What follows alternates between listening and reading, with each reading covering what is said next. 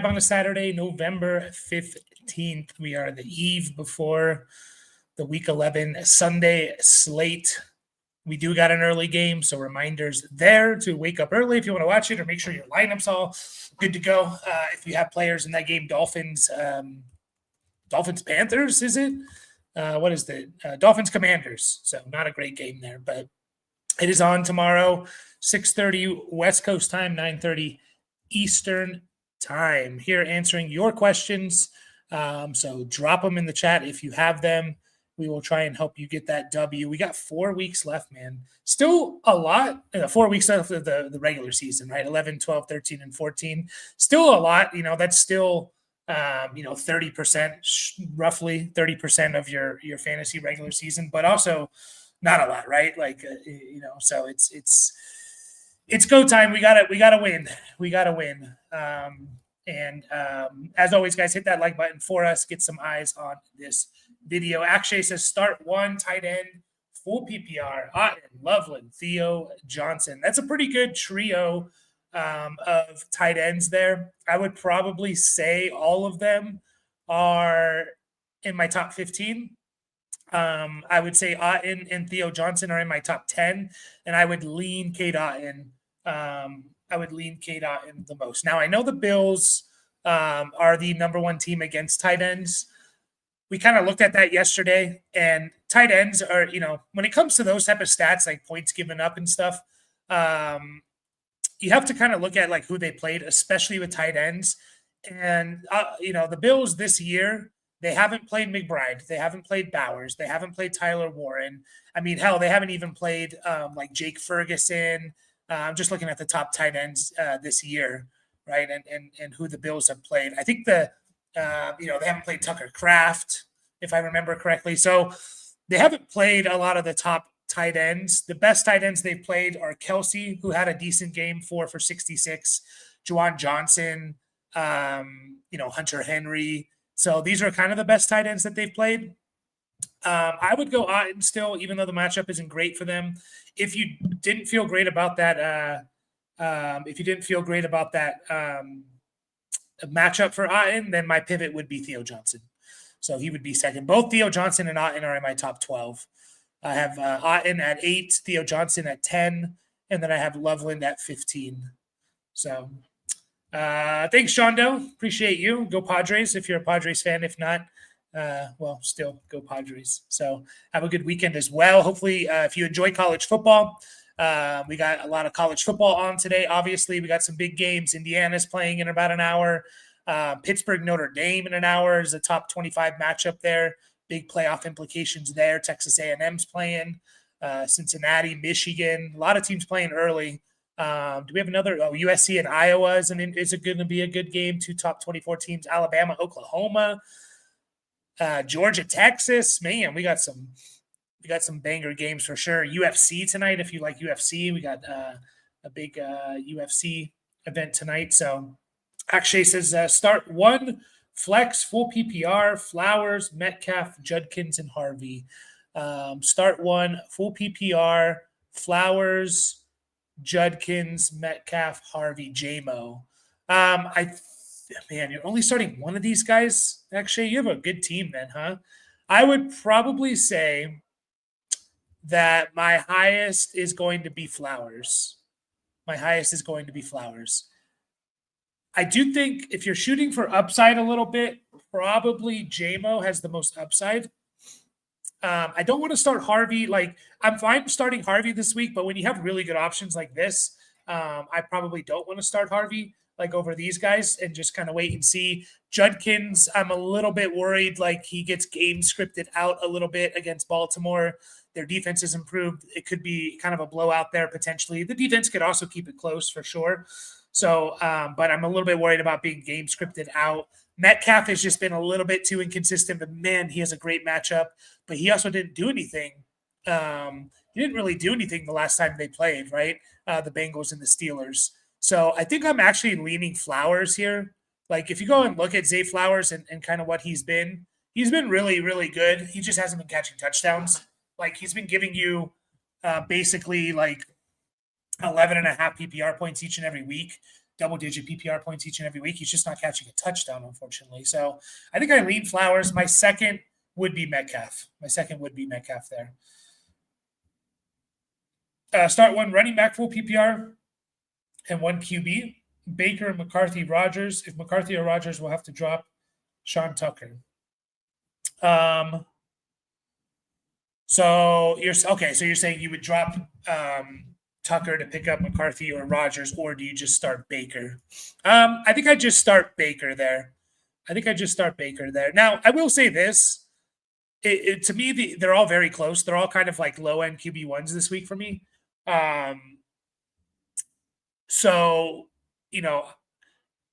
the idea of dropping Sean Tucker, I don't know for sure, but I think that Bucky Irving is probably back next week. He was practicing this week, and he was pretty close. He didn't get ruled out till yesterday, right? He didn't get ruled out till yesterday. I'm just double checking if he was practicing. I assume he was practicing in limited and not full.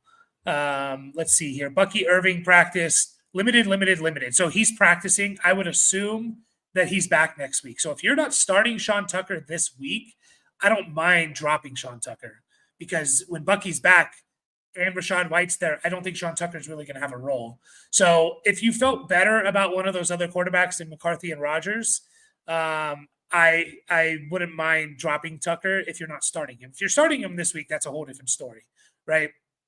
So if I had to order it, I would go Baker, McCarthy, Rogers, but they're all really close. And so, yeah, I mean, I would trust your gut in that one, and I wouldn't. If you're not starting Sean Tucker, don't worry about dropping him. Then I guess is my whole spiel there. Shaboy Poppy. Maybe I'm saying that wrong. Trade away James Cook, Pittman, Sutton for Derrick Henry, Ladd, and Algier. Parker Washington / DK will be wide receiver too, but have Gibbs and JT helps / Herbert. So you're trading away Pittman, Sutton. Okay. I'll say I want Derrick Henry over James Cook. I want Ladd over Pittman and Sutton. Like, I would take Ladd over those three. They're pretty close, I would say, but I would take Ladd over the three. So to me, you're getting an upgrade at running back and an upgrade at wide receiver, and you're trading your kind of depth at wide receiver a little bit to get Tyler Algier, who is a really good handcuff, obviously. Yeah, I don't mind that trade. I don't mind that trade at all. I think I don't think it's a smash like you're winning, but I do think you're improving both in, like, right now. What you're starting Pittman and Sutton, right? You're starting Pittman and Sutton, Gibbs, JT, James Cook, right? That's kind of what your lineup is. You're starting Justin Herbert, James Cook, Jahmyr Gibbs, Jonathan Taylor, Cortland Sutton, Michael Pittman, and then whatever your tight end is. I assume you're in a start 7. So now you're going from that to starting Herbert, Gibbs, JT, Derrick Henry, which I think is an improvement over starting Gibbs. Ladd, which I think is an improvement over either Sutton or Pittman, whoever you view as your wide receiver 1. And then Parker Washington, there's a drop off from like Parker Washington or DK to, from them to Pittman or Sutton. So, but I think the improvement is enough there.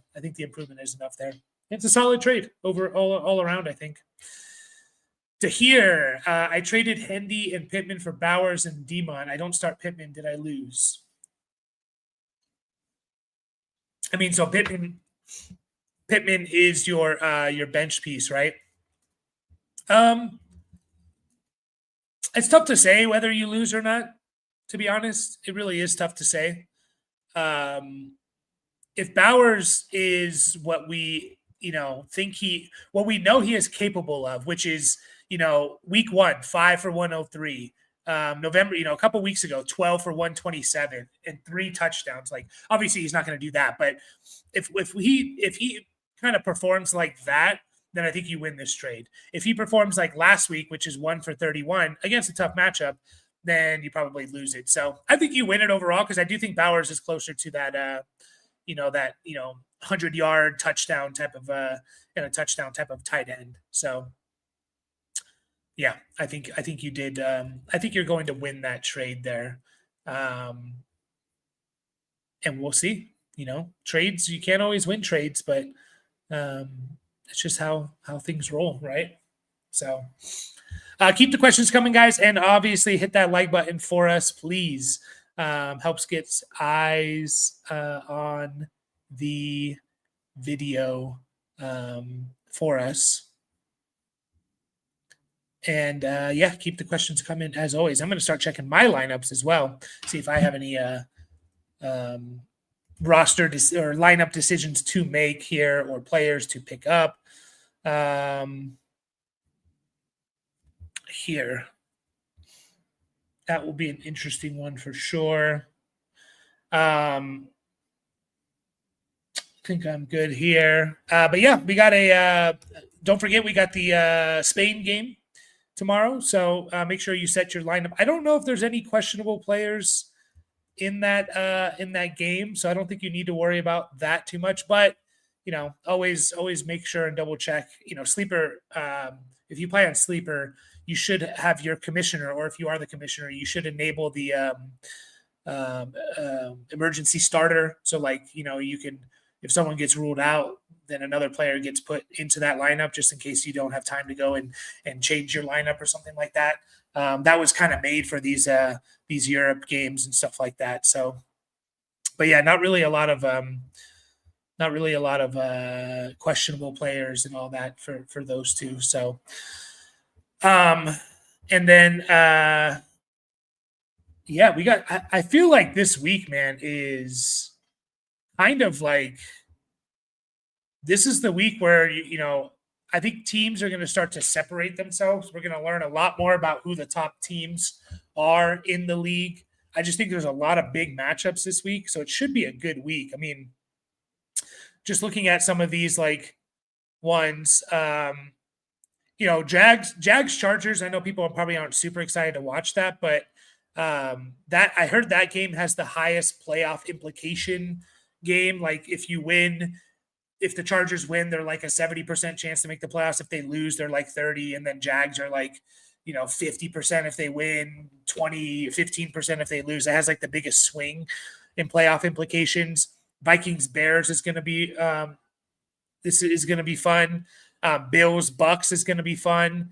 Steelers Bengals, sneaky fun, because if the Bengals if they can pull off a couple wins here, we could get Joe Burrow back. I mean, you look at the standings of the AFC North, and the Bengals are only 2 games back of the Steelers, and they play the Steelers this week, and so they can get within 1 game. You start winning, and Joe Burrow potentially comes back.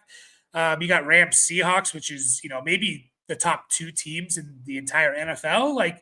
If you're making power rankings and stuff like that, where we stand right now on November 15th, those could be the top 2 teams. They're definitely probably the top 2 teams in the NFC. Broncos Chiefs is going to be fun. Eagles Lions. So there's a lot of big time games here.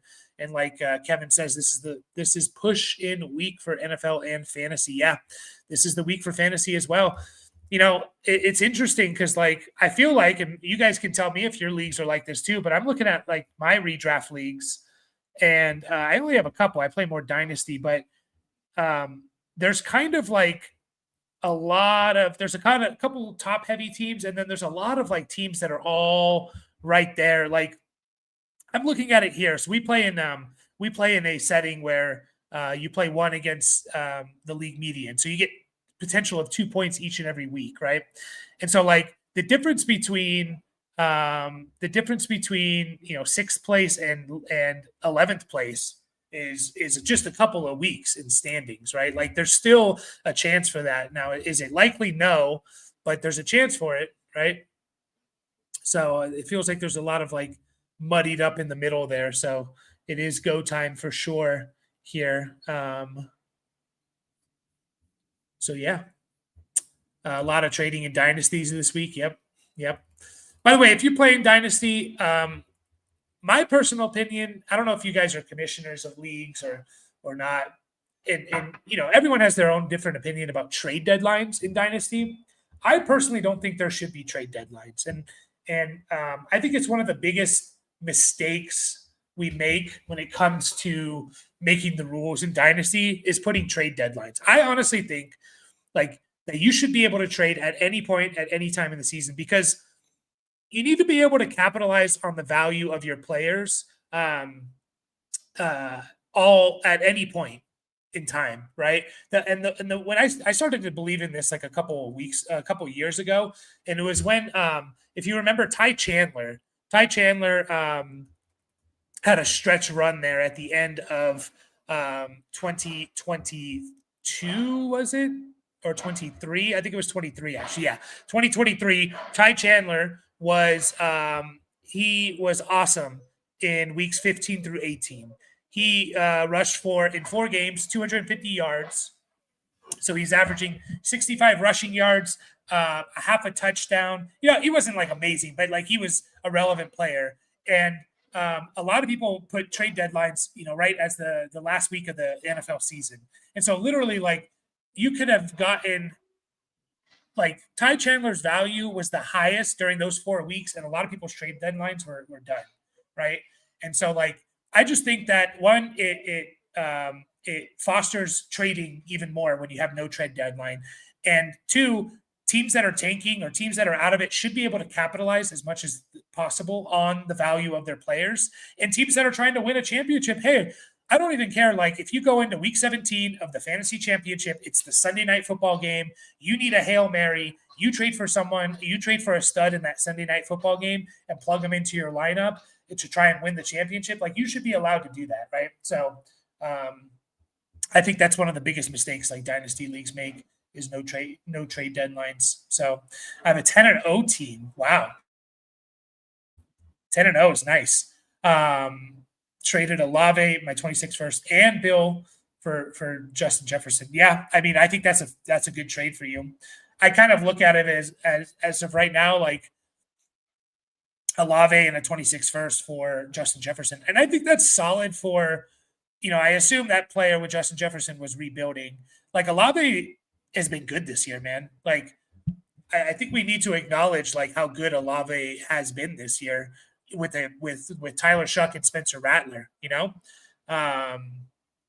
Olave's wide receiver 9 on the year, wide receiver 12 in points per game. Like he's literally in both categories, points per game and in total points. He is a top 12 wide receiver this year, and he's doing it with Shuck and Rattlers. But obviously, like you want Justin Jefferson. Although Justin Jefferson, Olave has been better than Justin Jefferson this year, which is funny. But obviously, you still want Jefferson. So I think it's a good trade on both sides. Bill, we'll see.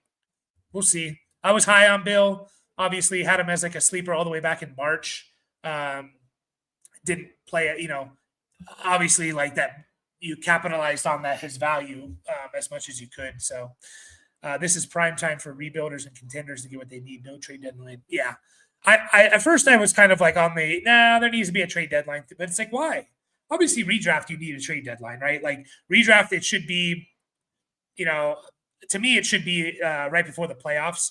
But you should also, as the commissioner, monitor, okay, these teams are out, they can't make trades, right? Like kind of block them from trading, like, teams that are out and stuff. But like, yeah, why should there be a trade deadline like in Dynasty? There really shouldn't. It really, really shouldn't.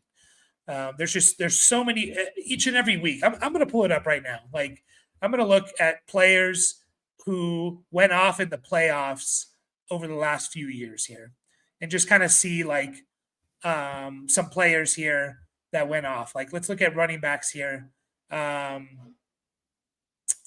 Last year, was there anyone that kind of like, Tajay Spears last year?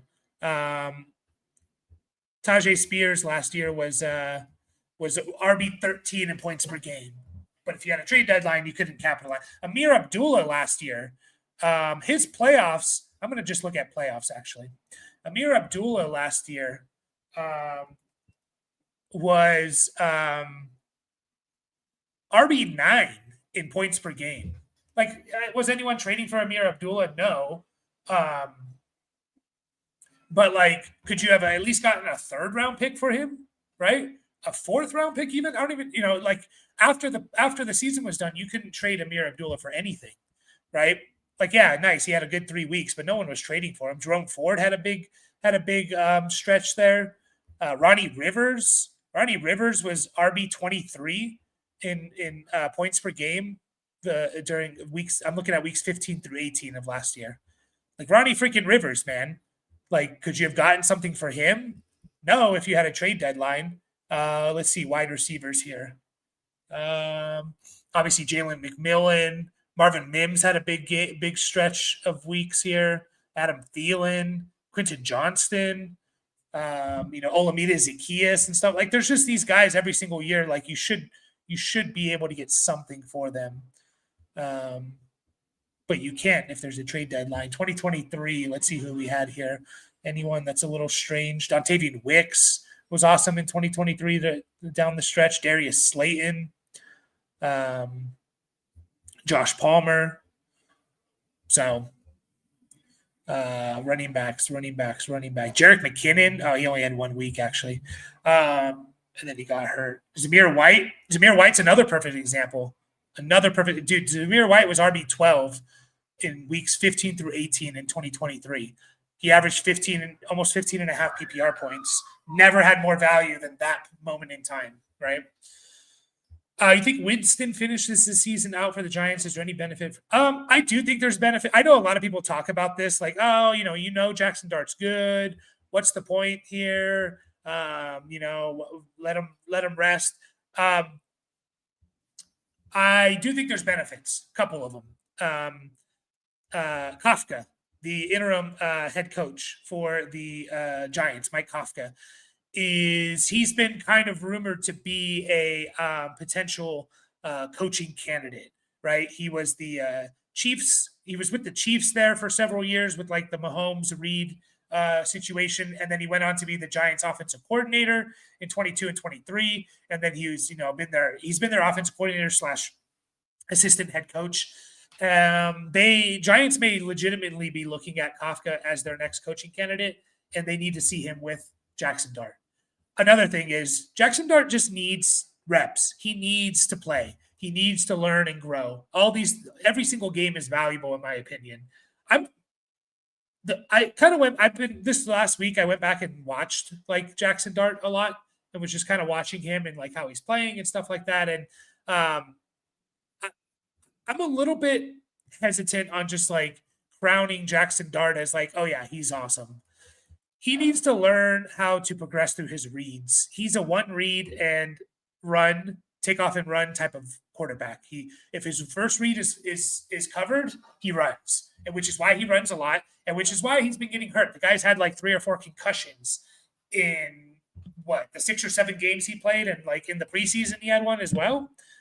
So like he needs to learn how to progress because teams are going to be able to shut down that first read pretty easily. You can't run an offense that's a first read offense. Like you have to be able to progress through your reads, right? Even for fantasy, like that stuff can get shut down. So I'm a little bit concerned about that with him. And that's kind of that was my concerns. That was my difficulties when it came to like evaluating Ole Miss players in general. Like Trey Harris was a big one that people were talking about, where it was just like, their offense was it was quick game. It was quick game. You're in shotgun. It was one step and throw, hitch routes, quick hitch routes, slant routes, wide receiver screens or go routes. Like that's all it was, right? Hitch routes, go routes, slant routes, wide receiver screens. Like that's all they ran. And it was like, getting the ball out quick. And that's the offense he ran. And it works for college, obviously. But it doesn't work for the NFL over long periods of time. So, Jackson Dart needs to learn more. He needs to get better in that area. So I'm not ready to just say like he's a player that I wouldn't be shocked if he doesn't learn how to progress through his reads. He's a player that wouldn't be shocked. Like we're looking at him next year in his second year and he has that sophomore slump pretty hard. Right. But also he could just like what we've seen from him is awesome and he could just get better. Like that's obviously like a possibility here too. So yeah, I do think there's value in Dart still playing. Like if you had a serious injury, or an injury that could lead to a more serious injury, I would maybe play with this idea of like benching him rest of season, but it's a concussion. Not to say like concussions aren't serious, but like, it's not like potential, ACL, Achilles, stuff like that, right? Obviously, again, these are serious injuries, concussions, and especially if you're piling them up, like it gets a little bit scary, right? It gets a little bit scary for sure. But yeah, guys, keep the questions coming. If not, we'll probably take off a little bit early today. Start Janu or Hawk. Janu or Hawk. Man, how far Hawkinson has fallen, huh? I think I'm still going Hawk. I like the Bears matchup. Like, it's just a lot of points could be scored in that game. Bears give up. They're about in the top 10 of most points given up to tight ends. Again, who have they played? Let's see here at the tight end position. They have played Hawkinson. Well, no. Did Hawkinson play week 1? Yeah, he did. They played Laporta. I think Laporta had a big game against them, if I remember correctly. Actually, Laporta was kind of shut down against them. So they've played some good tight ends here. They played Hawkinson. They played Laporta. They've played Ferguson. They played Brock Bowers. Yeah, so, a little bit skewed. They played some of the top tight ends in the league here. Mark Andrews and stuff like that. So I would still go Hawkinson, but I'm not excited about it. Is there no one else better? Like, is Theo Johnson on the waiver wire, Kevin? Is Dalton Schultz on the waiver wire? Musgrave, Loveland, all these guys I would start over both those players, to be honest. Hell, I might even start. Actually, no, I wouldn't. No, I wouldn't. So, yeah, tough there.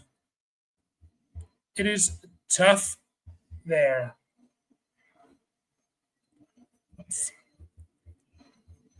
But yeah, keep those questions coming. If not, I got a lot to do today, so don't mind taking off a little bit early, but also want to get and answer your all of your guys' questions here as much as possible.